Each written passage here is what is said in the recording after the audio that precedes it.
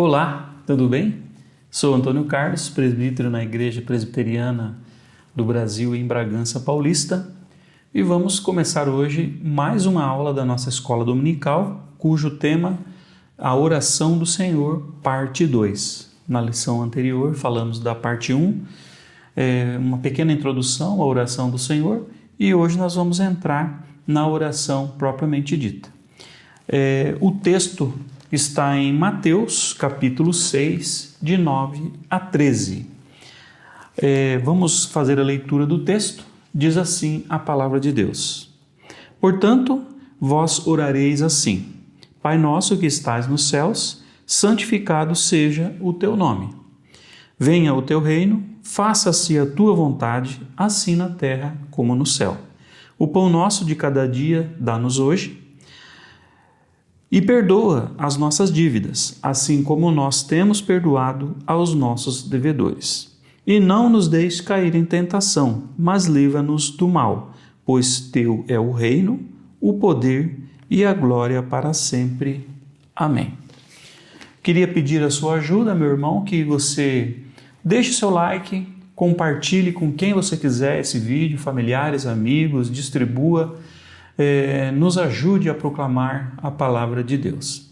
Lembrando, meus irmãos, que esses estudos que nós temos feito é baseado no livro Jesus pela ótica do Oriente Médio, do pastor Kenneth E. Bailey, ok? Vamos lá então. Essa é a parte 2 da oração do Senhor. Meus irmãos, como nós já vimos no domingo passado, na lição anterior, quando nós oramos o Pai Nosso, nós invocamos um Deus que é amoroso, que está próximo de nós e ao mesmo tempo está no céu. Nós falamos disso na aula passada sobre a onipresença de Deus. E Deus então é o Criador, porém Ele se aproxima de nós se aproximou de nós através da encarnação de Jesus Cristo. Seu Filho Jesus Cristo encarnado é Deus próximos de nós. Um fato bem relevante na oração do Pai Nosso, meus irmãos, é que essa oração se apoia na premissa de que Deus existe, independentemente se nós temos a consciência disso ou não. A Bíblia, em momento algum, discute isso, tá? Então, Deus existe. A oração também parte do princípio, meus irmãos, de que Deus fala conosco e Deus nos ouve, independentemente também se nós temos consciência disso ou não. Deus ouve a nossa oração. Ou seja, são premissas muito importantes que nós, em momento algum, podemos deixar de acreditar nessas premissas. Então, por se tratar de uma premissa, é aquilo que é básico, aquilo que é essencial, aquilo que é importante, a gente tem em mente quando vai fazer a oração do Pai Nosso. Primeiro, que Deus existe e segundo, que Deus nos ouve, ok? Depois de nós identificarmos, meus irmãos, para quem oramos, Pai Nosso que estás no céu, a oração apresenta para nós 6 pedidos a Deus. Vou fazer um resumo deles aqui. Santificado seja o teu nome, venha o teu reino, seja feita a sua vontade, assim na terra como nos céus. O pão nosso de cada dia nos dai hoje. Perdoa as nossas ofensas, nossas dívidas, assim como nós temos perdoados os nossos devedores, ou seja, na mesma proporção, e não nos conduza à tentação, mas livra-nos do mal. A oração do Pai Nosso, então, é estruturada nesses 6 pedidos. Os 3 primeiros pedidos, meus irmãos, santificação do nome de Deus, a vinda do reino de Deus e o cumprimento da vontade de Deus, faz a pessoa que faz essa oração, lembra a pessoa que faz essa oração, o adorador que faz essa oração, que ele faz, ou seja, nós fazemos parte desse grande movimento da história, porque Deus é um Deus histórico e nós participamos dessa história.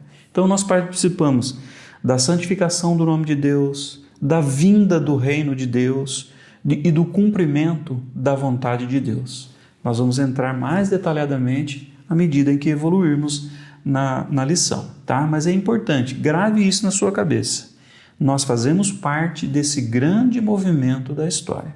A santificação do nome de Deus, a vinda do reino de Deus e o cumprimento da vontade de Deus.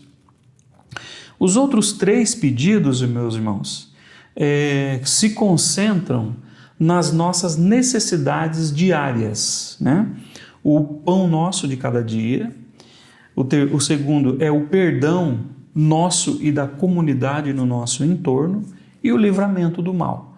Percebam então que a segunda metade, o foco é o homem, né? É o pedido do homem, a necessidade do ser humano por perdão, pelo pão diário e pelo livramento do mal. Cada uma dessas orações, meus irmãos, implica em uma ação de Deus e a participação do crente. Ou seja, envolve a soberania de Deus e a responsabilidade humana. Então, meus irmãos, traduzindo isso que eu estou dizendo agora, seria como se a gente dissesse assim, olha, Deus santifica o seu próprio nome e eu devo viver uma vida santa. Ou seja, a soberania de Deus, em seguida a minha responsabilidade, tá? E essas coisas não são desvinculadas, são juntas. Deus, traga o teu reino e eu devo trabalhar para a vinda do reino de Deus. Deus realiza a sua vontade e eu devo descobrir qual é a vontade de Deus e obedecê-la diariamente. Deus, me dá o pão de cada dia, porque eu vou trabalhar para ganhá-lo. Então não adianta eu pedir o pão de cada dia e ficar sentado em casa esperando. Eu tenho que batalhar por ele, trabalhar para conseguir o pão de cada dia. Senhor, perdoa, assim como eu tenho perdoado. Então, perdoa na mesma medida em que eu tenho perdoado os meus irmãos. Então, meus irmãos, nesse quesito aqui, seja generoso, extravagante, abundante em perdoar, porque você receberá o perdão na mesma proporção em que você perdoa. Ok? E me afasta do mal, né? Então, em contrapartida, a responsabilidade minha, eu tenho que viver uma vida de retidão. Não adianta nada eu pedir, Deus, me afasta do mal, mas eu levo, a minha vida não é lá tão reta assim, não tem uma vida de retidão, a oração cai no vazio. Então tem sempre a soberania de Deus e a parte humana, subentende-se o que eu tenho que fazer, tá bem? Essas duas coisas também são vinculadas, ok? O grande teólogo Joaquim Jeremias esclareceu sabiamente, meus irmãos, a oração do Senhor é a mais clara, é a mais concisa e a mais rica síntese proclamado por Jesus. Então, a gente não acha na Bíblia uma oração tão clara, tão concisa e tão rica, com tanta riqueza, proclamado por Jesus. Então, a oração do Pai Nosso tem essa característica também, ok? Meus irmãos, nós observamos também que nessa oração do Pai Nosso, ela não contém nenhuma referência a Jerusalém, ao templo, a um lugar físico. Vocês se lembram da lição passada que eu falei que os judeus, no tempo de Jesus, faziam uma oração de 18, eram 18 orações que eles recitavam. Dentre essas 18, meus irmãos, havia os pedidos pelo templo, por Jerusalém. Era um costume que tinha na época. Observe, por exemplo, o Salmo 51, 18. É uma oração e diz assim, olha, faze bem a Sião, segundo a tua boa vontade, edifica os muros de Jerusalém. Então, antes de Jesus ensinar a oração do Pai Nosso, era comum fazer referência a um povo, a um lugar, a Jerusalém, a Sião, né? Era assim que se fazia a oração, certo? Observe que na oração que Jesus ensinou não tem nada disso, né? Meus irmãos, aqui nós entendemos o seguinte, olha, que essa oração do Pai Nosso, ela reflete a preocupação de Deus de uma forma universal, para todos os povos, para todas as pessoas, e não mais para um povo específico, para o templo, para a cidade de Jerusalém, que era onde os judeus, onde o templo ficava, não é mais para um povo específico. Tá? Então aqui Jesus abre para todas as pessoas do mundo inteiro, independente de raça, credo, cor, né? Não importa mais. Então essa preocupação de Deus é universal, é com todas as pessoas. Um outro ponto importante da oração, meus irmãos, eu já falei aqui, se vocês notarem, pelo menos 3 vezes, é que o perdão está vinculado ao perdoar as outras pessoas. Vou repetir então, seja exagerado, seja abundante, seja generoso em perdoar, porque na mesma proporção você será perdoado, ok? Muito bem, meus irmãos, vamos entender agora o santificado seja o teu nome. Jesus nos ensina a orar dessa forma, santificado seja o teu nome. Meus irmãos, pensem comigo, pedir para que Deus santifique o seu próprio nome é o mesmo que a gente dizer, essa madeira é sólida. Eu peço, Senhor, que o fogo seja quente. Meus irmãos, a madeira já é sólida, o fogo já é quente e o nome de Deus é a realidade mais sagrada e santificada que existe. Mas então, meus irmãos, por que nós temos que rogar então para que Deus santifique o seu próprio nome? Meus irmãos, porque somente Deus pode realizar essa proeza formidável e somente uma ação divina pode tornar o seu nome santo. Por isso é que nós pedimos na oração que Deus faça o seu próprio nome seja santificado, ok? Muito bem, meus irmãos. Agora nós vamos entender qual é o sentido do nome de Deus que deve ser santificado.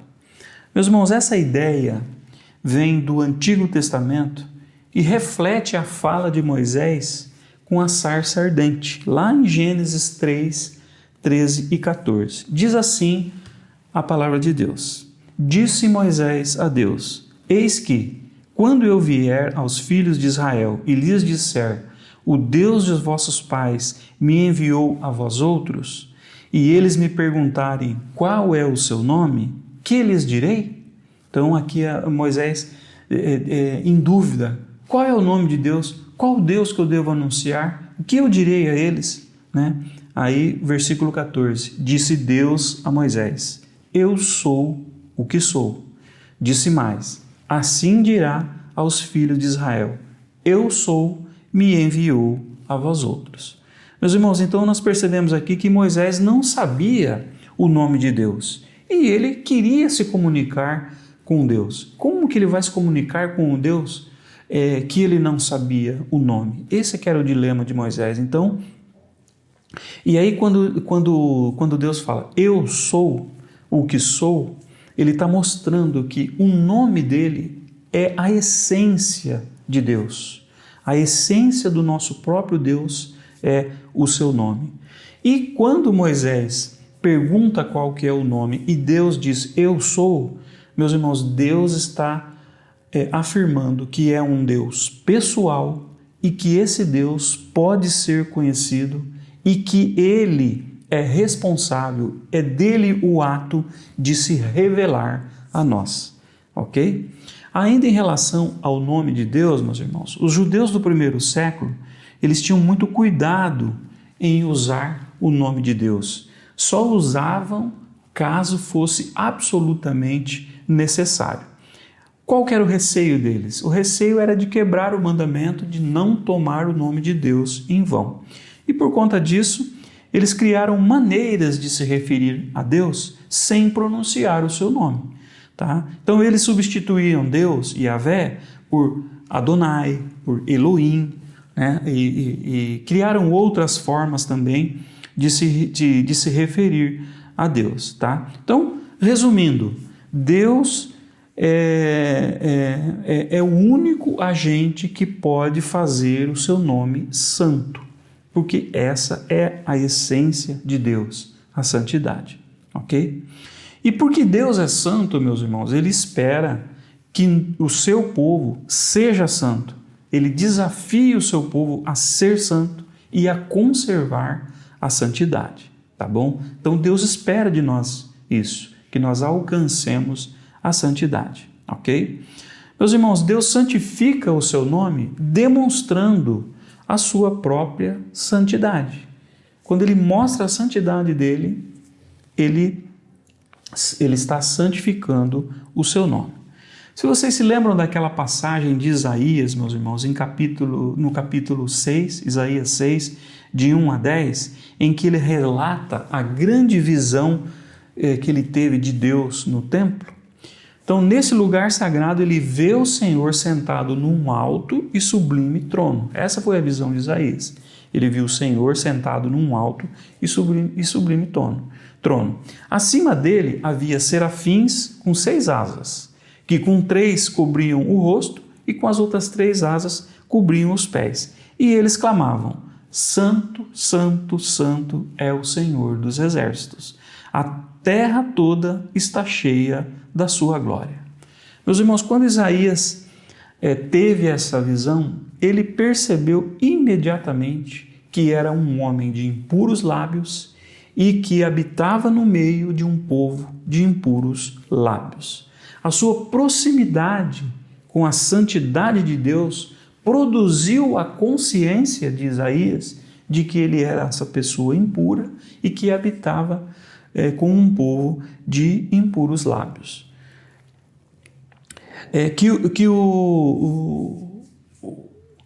Quando, meus irmãos, quando nós oramos a Deus e pedimos para que Ele santifique o seu nome, nós estamos querendo replicar a experiência que Isaías viveu.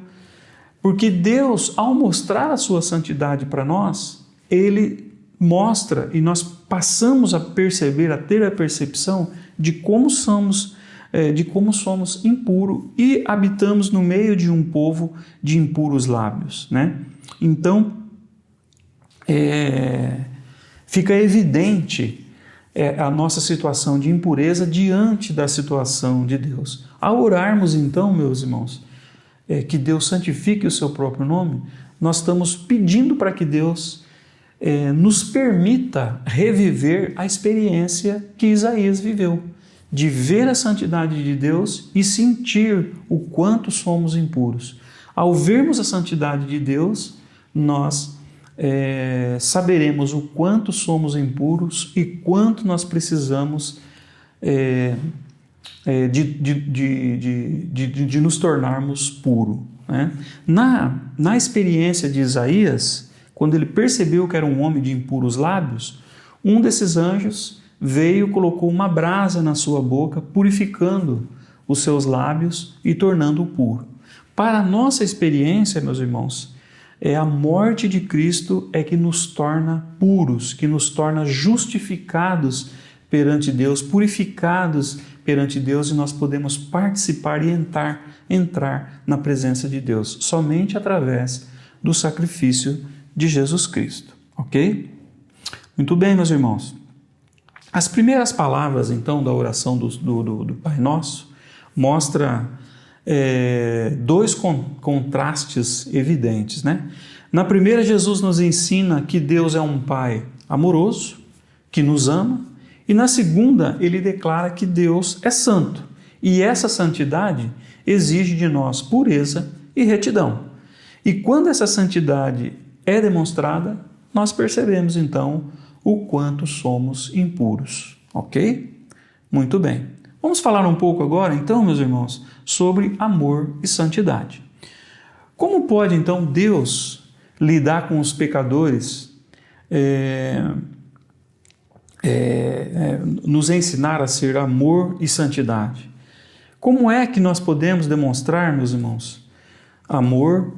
Como que Deus pode mostrar amor por nós e nos perdoar ao mesmo tempo? Ser santo e exigir que sejamos santos exige um padrão de justiça, certo? Meus irmãos, para a gente entender um pouco sobre amor e santidade, nós vamos ter que recorrer ao profeta Oséias. Oséias vai nos ajudar a entender como essas coisas se dão. Muito bem, Deus ordena ao profeta Oséias que ele se case com uma mulher chamada Gomer. E essa mulher, Gomer, ela tinha uma tendência à imoralidade, era uma mulher imoral.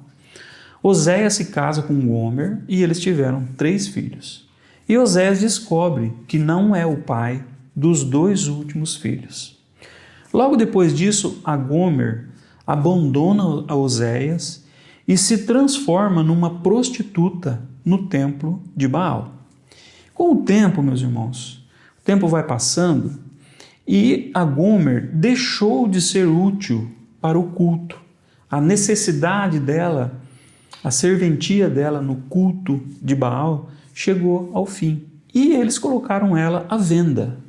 E Oséias foi lá e comprou a Gomer e a levou para casa. Muito bem, meus irmãos, passaram a estar juntos, Gomer e Oséias, e Oséias sentiu a necessidade de renovar a aliança dele com a sua esposa, né? E aí ele chegou à conclusão que para renovar a aliança, ele precisava de 2 princípios, seguir 2 princípios, o princípio da retidão e o princípio da justiça. Muito bem, reatou com a Gomer, e o fato dela deixar aquela vida que ela tinha vivido anteriormente, de prostituta, ele conseguia atender o princípio da retidão. Ela não pratica mais aqueles atos, o princípio da retidão está cumprido. Mas como que Oséias ia conseguir fazer valer o princípio da justiça? Por conta dos atos de imoralidade que a Gomer fez, a justiça para ela, naquele tempo, seria a morte pelo apedrejamento. E aí, meus irmãos, Oséias então ficou nesse impasse, ficou nessa grande dúvida.